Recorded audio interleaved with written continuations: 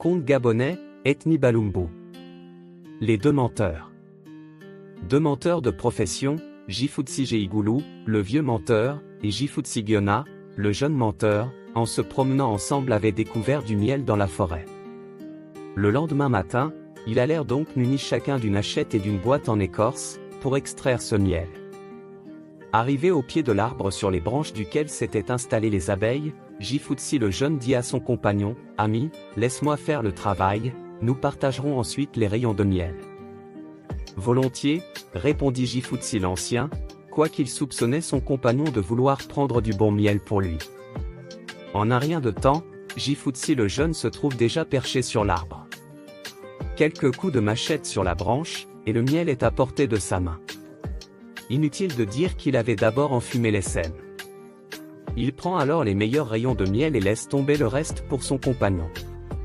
Jifutsi l'ancien, sans souffler mot, ramasse tranquillement les rayons qui tombent.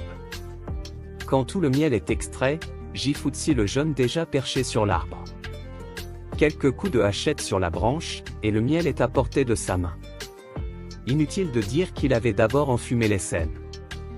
Il prend alors les meilleurs rayons de miel et laisse tomber le reste pour son compagnon. Jifutsi l'ancien, sans souffler mot, ramasse tranquillement les rayons qui tombent. Quand tout le miel est extrait, Jifutsi le jeune s'apprête à descendre. Mais comment faire avec sa machette dans une main et sa boîte pleine de miel dans l'autre? Il s'adresse donc à son compagnon, « Restez au pied de l'arbre ami, de quel côté es-tu? Je vais laisser tomber ma hache. » À gauche, répond le vieux tandis qu'il se trouve réellement à droite. Jifutsi le jeune, confiant dans la parole de son ami, jette sa hache à droite, pour éviter de blesser son ancien qu'il croit être à gauche. Mais une fois descendu à terre, il ne voit personne. Seul le paquet de miel gît sur le sol. Il cherche sa hache où il l'a jetée et la retrouve enfoncée dans la terre, tout près de la tête de Jifutsi l'ancien. Sans plus d'attention, il éclate en sanglots et se met à trembler de tous ses membres, pensant avoir tué son camarade. Il ramasse vite son miel et s'enfuit précipitamment annoncer la triste nouvelle au village. Tous les gens étaient absents, les hommes dans la forêt, les femmes aux plantations. Seul un vieillard impotent était là, à ne rien faire. Jifutsi le jeune, sous le coup de l'émotion, lui raconte sa mésaventure et veut aller chercher tout de suite quelques hommes pour transporter le cadavre de son ami. En l'entendant parler, le vieillard se met à rire et lui dit, « Tu es un fief et menteur, mais n'oublie pas que ton ami l'est encore plus que toi. Sois sûr qu'il n'est pas mort.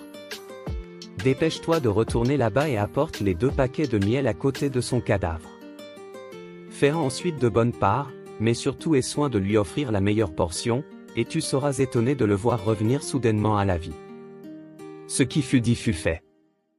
Jifutsi le jeune se rend tout d'un trait auprès de Jifutsi l'ancien et suit de point en point les conseils du vieillard surprise.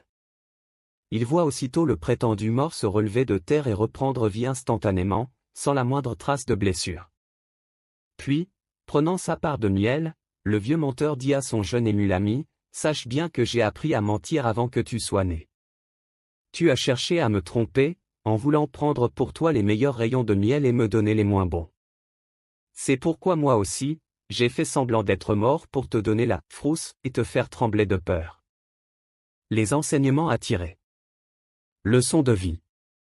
1. La tromperie a ses conséquences. Les actions trompeuses de Jifutsi le jeune lui causent beaucoup de stress et de peur.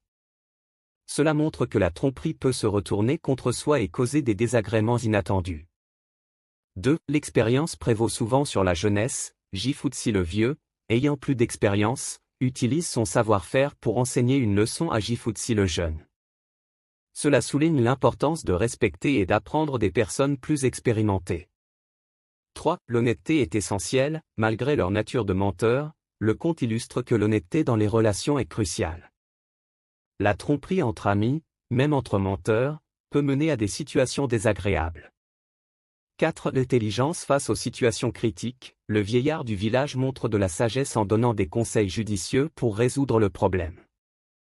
Cela met en avant l'importance de réfléchir et de chercher des solutions intelligentes dans les moments difficiles. 5. La peur comme outil de leçon, Jifutsi le vieux utilise la peur pour donner une leçon à Jifutsi le jeune, démontrant que parfois, des expériences difficiles ou effrayantes peuvent être des enseignements puissants. Ces leçons mettent en lumière des valeurs universelles telles que l'honnêteté, le respect de l'expérience et l'importance de l'apprentissage à travers les épreuves.